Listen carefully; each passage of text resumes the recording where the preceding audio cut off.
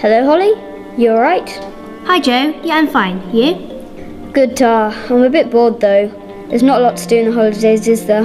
Have you done your homework then? What homework? What do you mean, what homework? We've got that massive project to do. What massive project? The one about Oriwas. I don't know what you're talking about. It's all about how the village changed in the 60s, 70s, 80s and 90s. What? I've no memory of that at all. Have you done yours yet? No, not yet. That's why I was calling. Does your family know anything about the village? I don't think so. They haven't been here that long. Neither have mine. What are we going to do? That's a good question. Have you got a good answer? No. Thought not. Tell you what, I'll have a look on Google and I'll tell you if anything's there.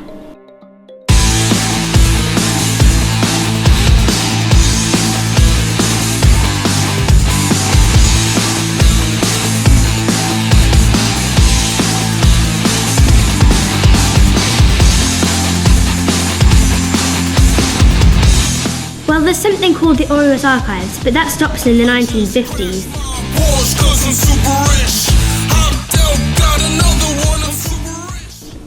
Hang on, there's a book here that looks just the thing. What's it called?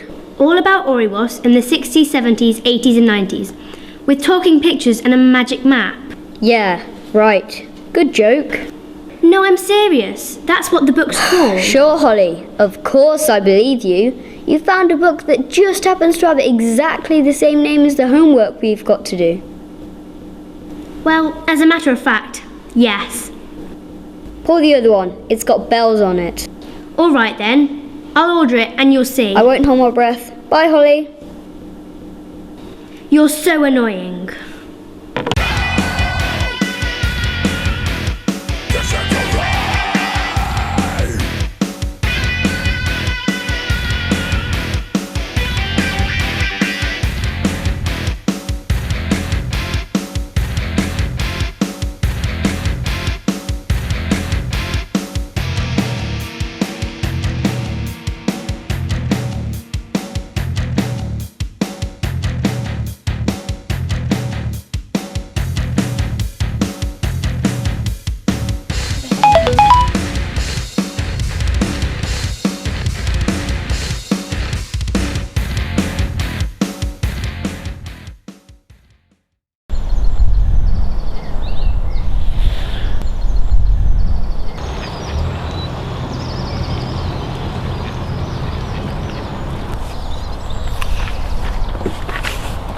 Is that really a book about Oriwas in the 60s to the 90s? I told you it was, but you wouldn't believe me. It seemed a little too good to be true. Well, I haven't looked at it. Maybe it's a waste of money. What does it mean by talking pictures? I don't know. There aren't any batteries. There's only one way to find out. Here's a picture, but it's blank. My name's George Carter. I used to live in Oriwas. I worked at the mill. Although quite what I'm doing in here, I don't know. But Oriwas is a magical place and you never quite know what's going to happen. All I know is I'm supposed to help you in some way. You must mean our homework. We've got to find out about Oriwas in the 60s, 70s, 80s and 90s. We've got to show how it's changed. And we've only got a few days to do it. We've got plenty of time, don't you worry. And as for the village changing, well, it's always been changing. Always will change. That's the beauty about communities. They never stay the same. Now, let's get down to business. How can you help us? Can you give us all the answers to our questions? Yes, I could do that, but I want you to do some of the work, some of the exploring. Go and find some of those places in the village that have changed over the years. You won't be able to find them all, but the ones you do find should be able to answer some of your questions. How do we do that? We don't know much about the village. Our parents haven't been here very long. Use the map. In a moment, when I've finished, go to the back of the book and find the magic map. It'll give you some clues about where to look. And when you find the places, look for the signs. What just happened? Well, we looked at a photograph and the man there told us to look for some signs. I thought as much. Did it really happen? Well, if it didn't, we were both having the same hallucination. Good point. I'll tell you something though. What? Hallucination or not, it might help us to get our homework done. Good point. Right, let's take a look at the map. Right, let's read what it says. It says, this map shows you some of the special places in Oiwas. Find them and you'll find out about your heritage. Look for the signs, they will help you. The signs. Look for the signs. You'll know them when you see them. Now, it's time for me to go and time for you to get on with your homework. So have fun. Right, Joe, where should we go first? What do we have to find out about? 4 things. Places, employment, recreation and education. Right, let's start with places. What about the shape of the village itself? What do you mean? Well, if you look around, the houses are all different. Some are very old and some are brand new. It's like George said, things don't stay the same. So as well as old and new houses, there are old and new roads. Where shall we go? Let's go to the A38. It's the biggest road around here. Okay then.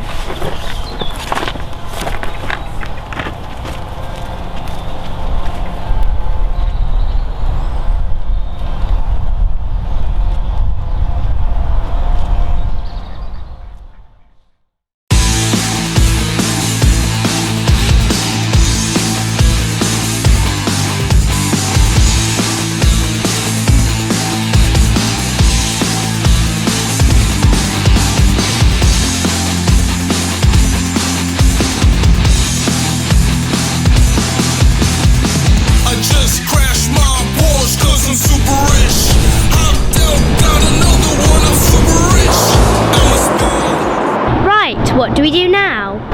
We need to find the signs. What are the signs though? I don't know, maybe there'll be a bolt of lightning or something? Or it could be more simple than that. How do you mean? Signs, they could just be signs. You mean like, well, signs? Yep, you got it, Wonder Brain. So let's look for some signs. That looks like a sign to me. What does it do? I don't know, but I think we're about to find out.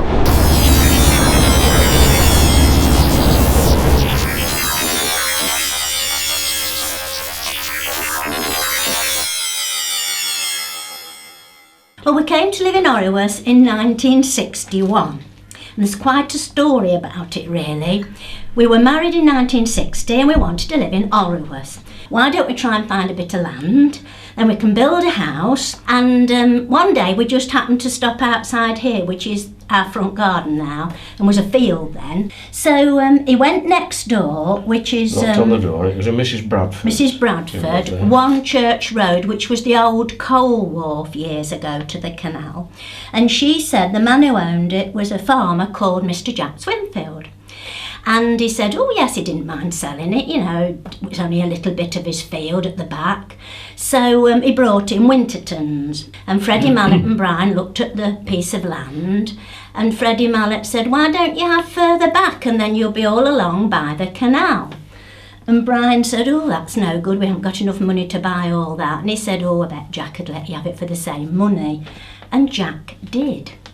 And at the time, I was working in Lichfield, as Audrey said, but I was studying also to become an architect, because I wasn't an architect at We were that just time. two bits I of was only kids at the 24, time, I mean. And so I got that to do. I had a full-time job at work.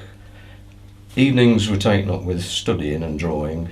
And anyway, now I've got to set about designing a house, getting planning permissions. So I could get all the drawings finished, and then is when I contacted Arthur Ward, the builder in Main Street, and Jack said, well, yes, he'd do a price for me, so I got a tender from him in due course, and it all worked out all right.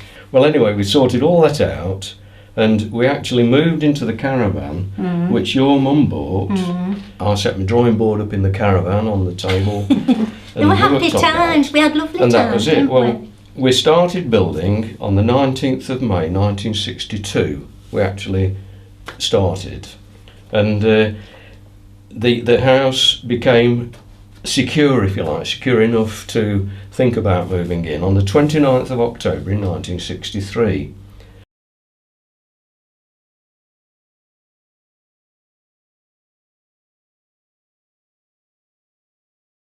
Where the dentist is, that was I think it was a VG store. And you had, where Paul's Newsagents was, which you know, Co-op, that was a sort of, I don't know, general store of some sort. Then you had the Co-op. Then there was a fish and chip shop, was a haberdassery. Opposite there, you had Hart's Garage, which is now the hairdressers and the Chinese.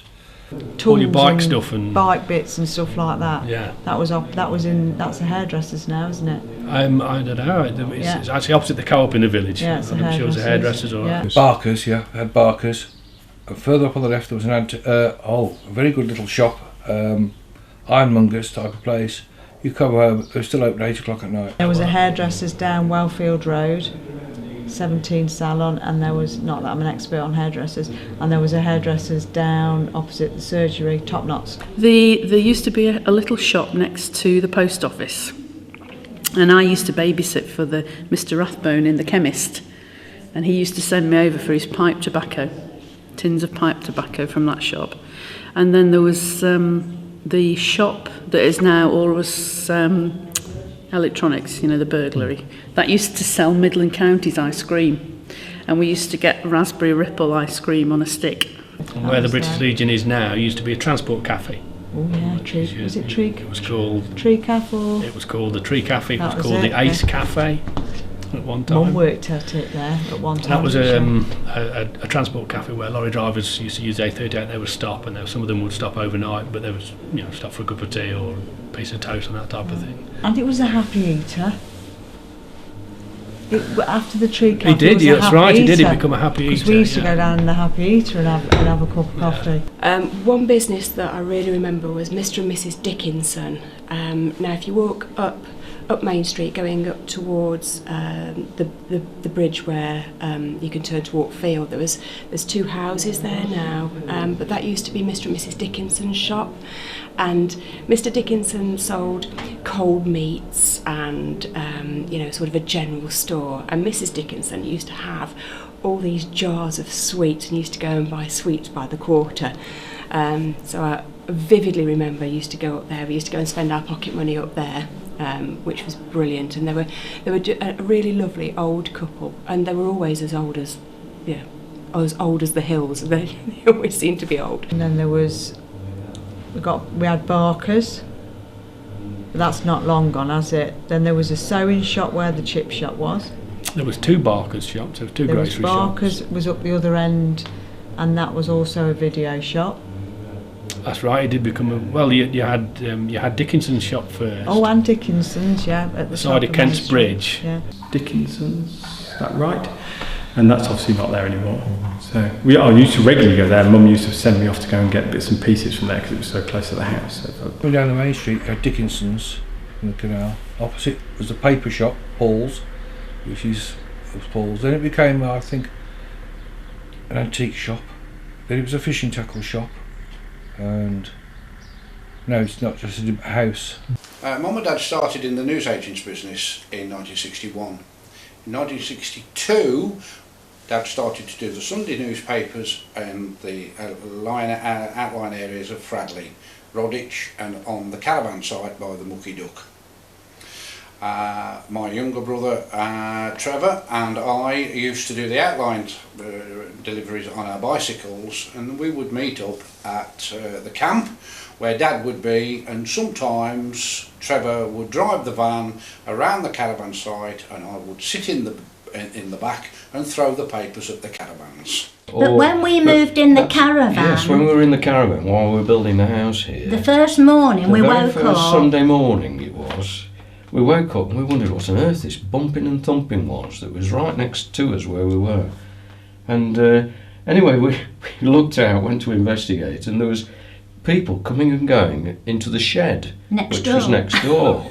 And it was the Sunday newspapers they were selling. In 1962, Dad was approached by Mr. Charlie Minns, the local Sunday wholesaler, who happened to live in Orribus, and we started to do the Sunday papers from a shed in Orribus on the Crown Car Park with the permission of Elvis's dad, Mr. Stan Paul. And after it was a chip shop, Ben Paul, Robert Paul's father, had it as a paper shop for a while. yeah, I can remember that. Yes. I just about remember that.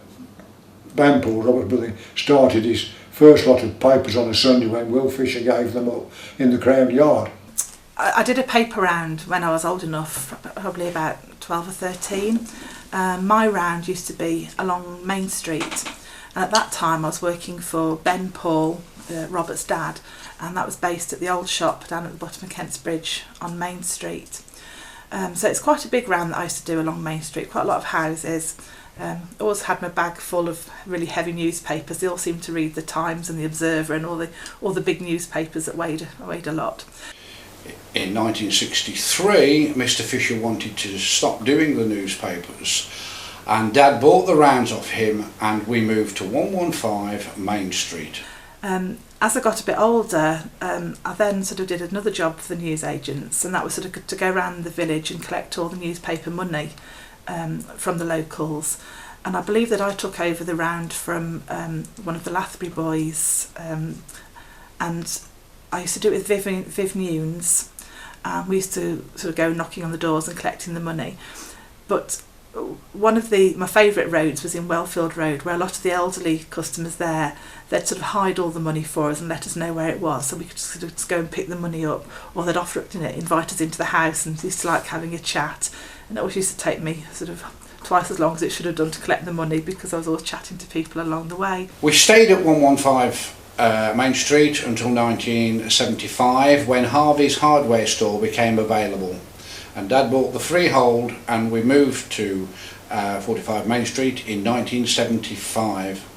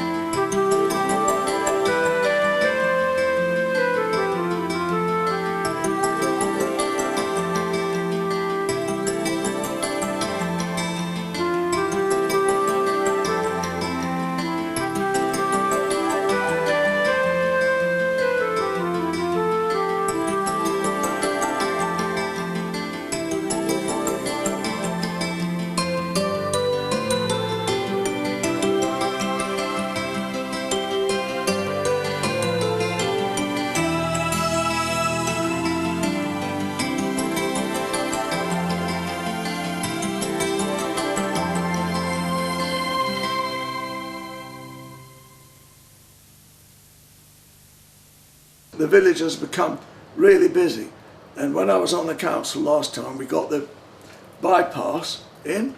That's been an absolute boon, saved the village. Well, it was getting to the stage where it was getting busy through the village. Then there was getting more heavy stuff coming through the village, and they've been on about this bypass for a while. The traffic coming through there, yes, on a Monday morning it was terrible. Heavy wagons coming through. You took your life in your own hands. We used to have lorries going from Tamworth to Rugeley past the front door. But I mean, all the traffic that came, obviously, down from Kingsborough, down to 513, had got to come straight through the village. Because you used to come from either or, and you used to have to, if you come from Burton, you had to cut across the dual carriageway straight into Wellfield Road. There was no slip road, all it was the A38 with a gap in the middle. The flyover was a big impact, and that was great for us because when I was a young teenager, it was probably, I can't remember, it must have been about 10 or 11 when that was built, I can't remember now.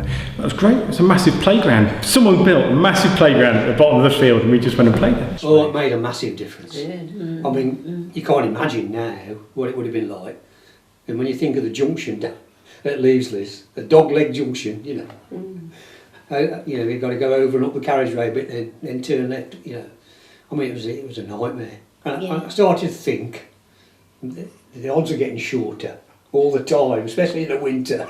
Yeah, when you've got to get over the A38, there's more and more traffic, it was faster traffic. But a village is its people. They make it. A civic society may take on responsibility for its local environment.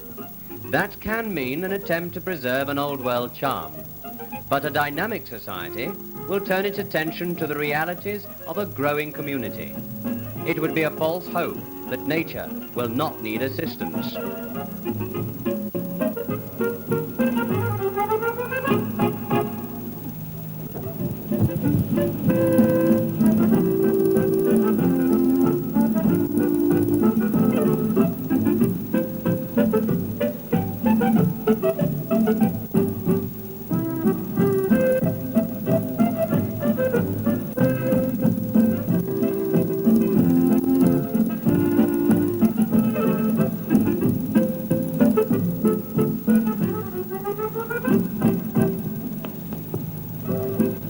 The effects of tree planting are not seen overnight, though more people are becoming aware of the need to replace trees. We owe to the future the pleasure that we have in a fine tree. I think it was in the mid-60s, probably around about 65, when I stood on the corner of Wellfield Road and the main street, outside the black and white half-timbered cottage on the corner. And we witnessed and watched with despair the most beautiful half-timbered building being demolished. It was formed in 1969. The first chairman was and Geoffrey. Geoffrey Burns Mace was the very first chairman. A committee was started, the chairman was proposed, and the committee was formed, and we published our constitution. The purpose of it, really, when it was formed, as far as I can recall, is that it was felt by a number of people that it could do with something else in this village, apart from the parish council, who obviously were doing their job as they were required to do, but it needed somebody who could do something a bit different and be a bit more maybe controversial with things. One of the very first things you did was when you did the lovely picnic site by the mill stream. Well, that was in 1970 that it was decided that as a project the Civic Society would set about actually doing something there that could be like a legacy to the Civic Society forever, which it obviously still is, and is wonderful. And Ken Jackson owned that land, didn't he? And he was on the Civic Society at the time, and because they had to give him some money, he had to be given some money, he let them buy it just legally, for £1, didn't he? Legally he wasn't allowed to just he couldn't give just give or it. say it's yours, he had to sell it. So he let them have it for £1. Which, and I mean, it's still as nice today. It's one of the lovely things that everybody talks about in the village, isn't it? It's interesting. It's a bit like growing old with someone. You don't quite always notice it. You know, when you suddenly look at the old pictures, oh my God! But it's been a slow growth, and definitely a growth. But as you say, so much is familiar. You don't always spot it. I don't actually think there was an uproar in those days like there is today about development. I really don't. The Mickleham wasn't one because it was out off the edge of the village, if you like. I think there was more controversy, shall we say, but there wasn't the power. The people of the village accepted they didn't rebel like they do today. So housing developments have sprung up all over the place. I mean, I remember walking up sort of when you go up towards where the navigation used to be, which is now the Jaipur, is it? Jaipur restaurant.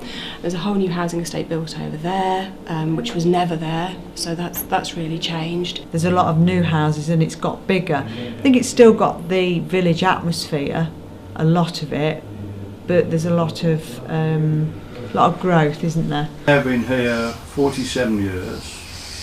During those years we brought up 2 lads, us being townies and the lads obviously village lads, and a wonderful life really.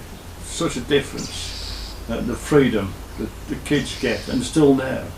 And we have wonderful neighbours and a lot of friends in the village, and let's hope it continues. It was at his instigation that I did the weekly draw for the village hall, which was drawn at the Dragon.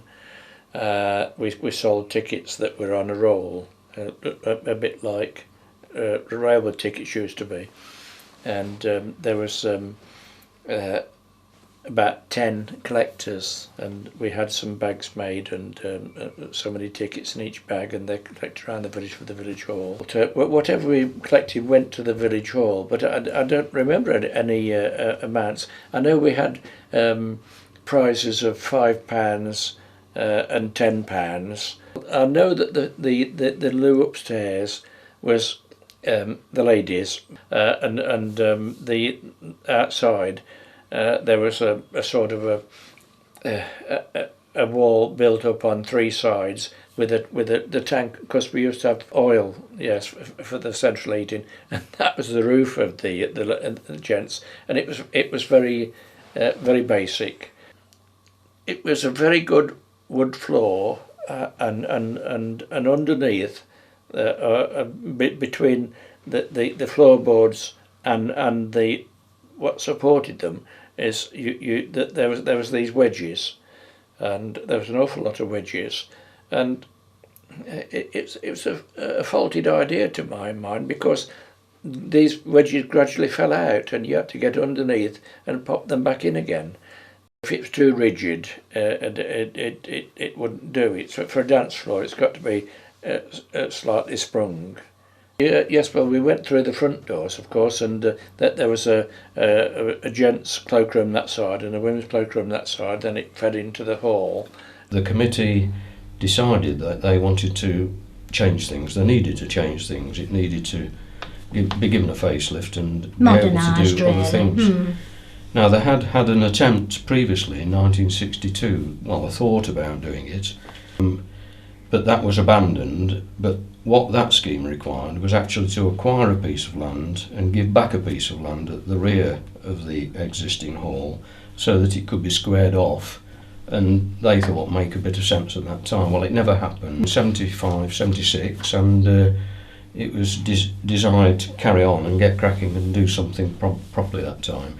Well, Sid Evans had actually organised loans and a lot of finance, and a lot was raised locally. We raised ever such a lot. At the end of the day, I was approached by Sid to would I do the drawings, would I be the architect for the scheme? So I said, of course I would, I'd love to do.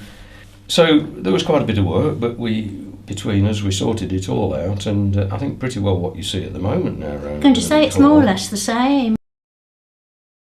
And in fact, the stage was at the other end, I may have told you before, was at the other end of the hall. And I can remember Don and Brian Hall had this, I don't know what you call it now, great big sort of thing, like a trolley jack or something, but a huge one. And Don Griffin. Don Griffin helped you, yes, I remember Don. We actually did it by turning it round. We had to turn it right round so that it fitted the other end in the direction that we wanted it to be. And we did it by using car jacks, actually. We put a car jack under each corner. And I'd measured it, obviously, being an architect. And it would just go round. I measured the diagonal dimension of this. Yeah, it would just... And it would just go round with about an inch to spare on each of the radiators either side. Then when the village hall was refurbished, the first time round, Quinton took on the role of coordinating it. And I remember the whole family, my son says he can remember being round there painting the village hall. You know, everybody had to go, and we got a group of people and used to go around. But there was a great feeling of community there, and it was ours. We had ownership of it. Must have been back in the 90s. It was poor. The windows were the original windows, which were very small pane, narrow glass, thin glass. The putty was falling out. They're forever being repaired.